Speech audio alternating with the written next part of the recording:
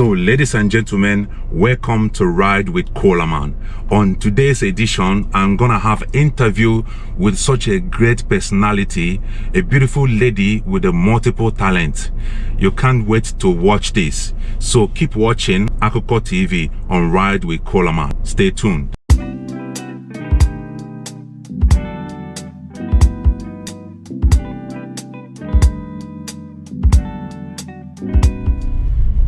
So, ladies and gentlemen, this is Ride with Coleman. I'm so excited for today because we have a wonderful personality, a beautiful lady with a multiple talents. So please, sister, can you introduce yourself? Hi, my name is Wemimo. You can call me Wemi or Mimo. I'm a performing and visual artist and lead singer, vocalist in the band Almost Famous. That's right, we had our debut single on the 30th of the 4th. It's out now, Purple Soul. That's the song, yeah. That's right. But can you tell us where you are originally from? I am born in Austria, and I have Yoruba roots. My father is Yoruba, and my mommy is Austrian. Yeah. Okay.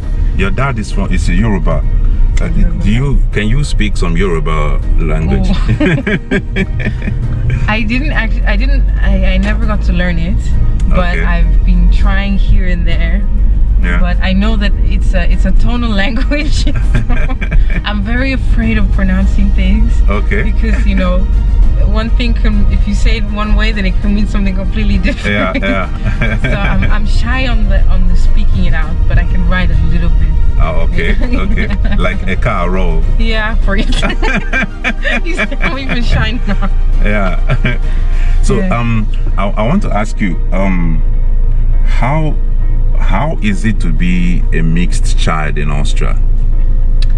Ooh, I think that's also a generational question. I think this generation has a little bit different than this oncoming generation. I'm not that old. Yeah. This oncoming generation has it a little bit different than I did. Again, a little bit more different than my sister, who's 7.5 years older than me. Okay. I went to school in a pretty much all white setting. So I was like the only mixed kid there, the only black kid in school. It's funny because you're in a mixed family with you being the only mixed person. That's who said that? Trevor. But at school, did you got a special attention? Were you treated differently? Did people come? They want to touch your hair? This kind of experience. All these things that one can imagine. The touching of hair. I had kids ask me what color do I bleed. I had kids asking me, gibt's Feuerzeug in Nigeria? All sorts of all sorts of funny questions. Because people don't have a concept. People don't have a full concept of what any part of Africa really looks like. When you switch on the TV and you look at media of how Europe portrays Africa, of course, the children and their parents will have a very limited and very poor excuse of an image of what Africa truly looks like. Yeah. And what is it's what they see in the media is what they believe. So you'll get those kind of questions of are you still living in mud huts and all that kind of stuff. All that kind of stuff is there. Have someone ever asked you why are you brown? I mean your skin color. They've asked me in a very indirect way. They ask me where do you come from? That's the standard question. Yeah. When somebody wants to know why you're brown, and they ask you where you're from. Yeah. And well, what can one say to that? I just say I'm Austrian, just to pull a leg a little bit. I'm Austrian. If somebody asks where you're from, I'm Austrian. Okay, but inside of you, how many percentage of you feel like Austrian, and how many percentage feels like an African? There must be a percentage. Some time ago, actually, I used to think, I don't identify as an Austrian, because when I walk these streets, when I talk talk to anybody, they will never see me as Austrian, you know. Yeah, no, never. Yeah. You know, Yeah. but then when I think about it, also, I also don't identify as African African, either, yeah. because I grew up with the culture at home, but you know. Then how do you find the balance as a person? I find the balance by not identifying with any of that. I am me. I am Wemi. I am. When I don't identify with any religion or any you know, any Culture. peoples or culture, then it, you know, I don't separate myself from people. Okay. If I say I am, you know, Mhm. I am, then there's no me and they. Okay. There's us, you know. Okay. It's all of us. But what advice would you give to mixed people who are still looking to find themselves? That they don't have to choose a side.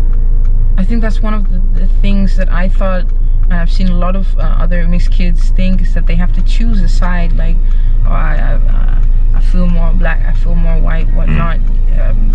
Truth be told, you're mixed. You're both of those things, and that's cool. And you can experience both cultures. You can experience all cultures. I don't know how mixed everyone is. You know, you don't have to choose a side. But there's a question I want to ask you now. It's my personal observation. Why most of the mixed girls always end up with a white guy?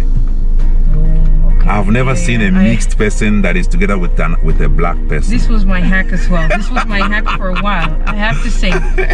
Well, you know, you grow up in a predominantly white society, and you hear about how dangerous black people are, and it's not always said so upfront, you know. It's said in such a way that, you know, people take their bag away when you sit beside them, or you know, even in the smallest of words and conversations, when people say, oh, you know, black people or normal people, you know, it's in the very small, it's in the little things that you can find the racism. It's not always in the big great things. And if you're raised in a predominantly white culture which tells you that black people ain't it, then you end up also subconsciously believing that, more or less, you know. But there's then white girls who end up with a nice, beautiful, handsome black men.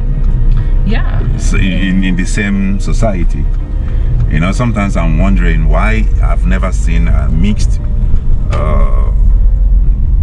girl or lady with a black guy as a husband or something like that.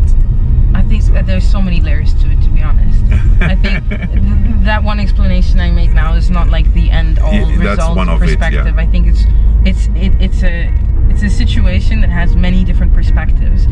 One of them being a lot of these mixed ladies, including myself, have been living in a predominantly white culture, also in social media and whatnot, where we keep getting images of you know, negativity, actually. At the same time, I would say from this perspective that a lot of black men that do live in predominantly white cultures, white societies, they're either you know, angels or demons. There's no in between. They're not human beings as such. When seen from society, they're not seen as human beings. They're seen as either the gangsters, the thug that everybody wants to be friends with, everybody wants to be cool with, or they're seen as also the gangster and the thug that nobody wants anything to do with because it's associated with crime. You know. But has it ever happened that a black guy walk up to you, try to talk to you, ask you out? Actually, to be honest, boldly.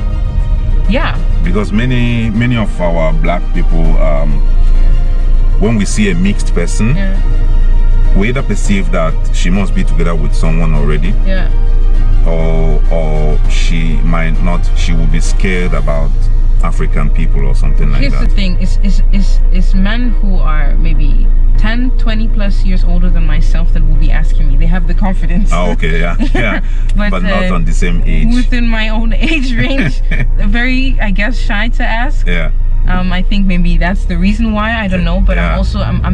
I'm very introverted, Yeah. which may sound unreal, but I am very introverted. I'm mostly either in the studio or in a book, Yeah. or I'm somewhere walking with my dog. You know, so I'm most of the time I'm with myself, by myself. Yeah.